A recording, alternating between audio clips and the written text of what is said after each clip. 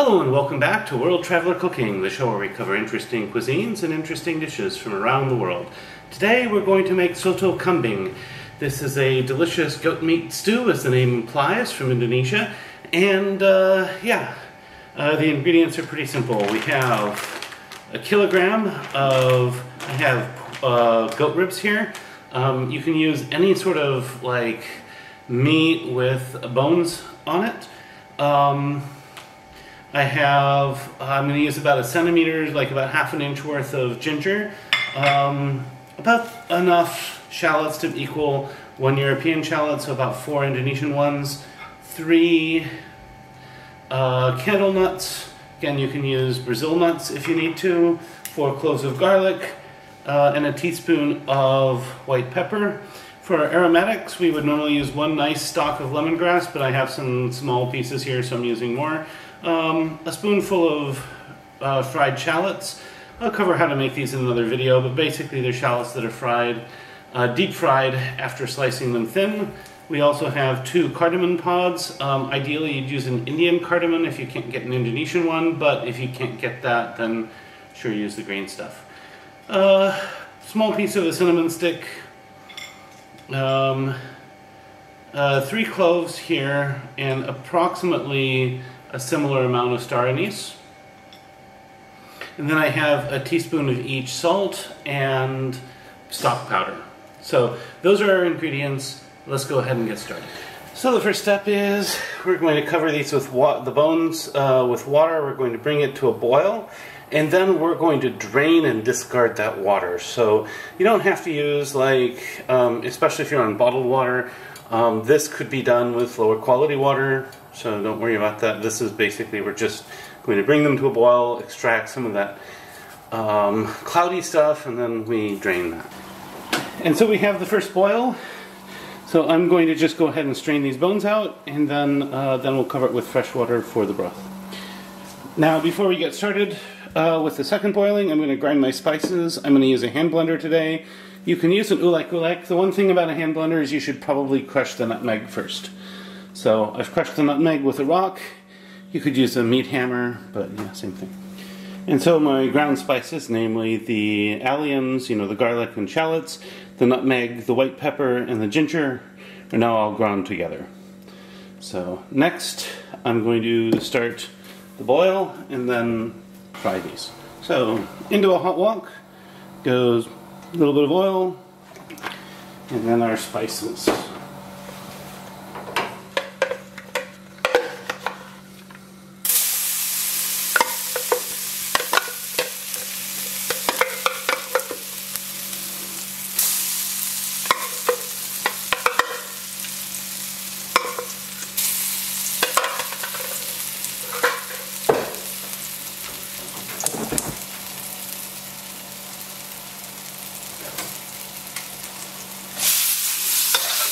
Gonna fry these spices up, toast them, make sure the flavors come out, and then these will go in the soup.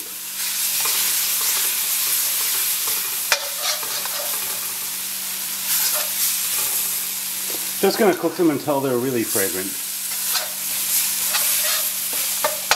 So maybe about a minute or so.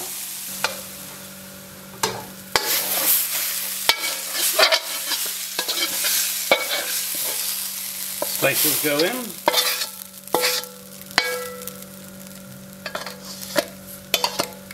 Next I'll add my aromatics. Lemongrass has been bruised, so let's just go ahead and add that. And the rest we'll just dump in as is. And then we'll bring this to a boil. Then we'll simmer it until the meat's tender. I'd say maybe an hour or 2. So it's been cooking for some time. The meat is actually pretty tender. So I'm going to add just a couple tablespoons of coconut cream, and I guess might as well just squeeze the whole thing in. This is probably about like 1/4 of a cup, like 3 or 4 tablespoons, and then we'll go ahead and stir it in and serve it. So I have served this with some cabbage. You could use other veggies, like bean sprouts would be fine, and the soup just goes over the veggies in order to blanch them. I'll top it off with some tomatoes and some lime. And now for the taste test. First thing, of course, is squeezing the lime juice into the broth. We're just going to taste the broth first. That broth is something. I expected it to be less salty than it is. It's actually just about perfectly salted. It's very rich, nicely spiced, but you definitely taste the goat. The vegetables add this wonderful texture to the dish. That's really, really nice. I'm going to go ahead and try the meat now.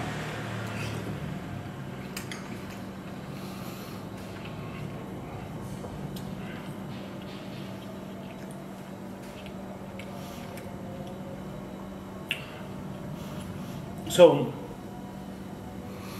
goat often has that same sort of gaminess that you get with lamb. That's definitely here. So, if you find this content interesting, please like, share, and subscribe. If you'd like to see more content like this, definitely use that information to decide what to do more of. If you have anything to say about this dish, love to hear from you in the comments. At any rate, recipes in the description. Bon appetit, and see you next week.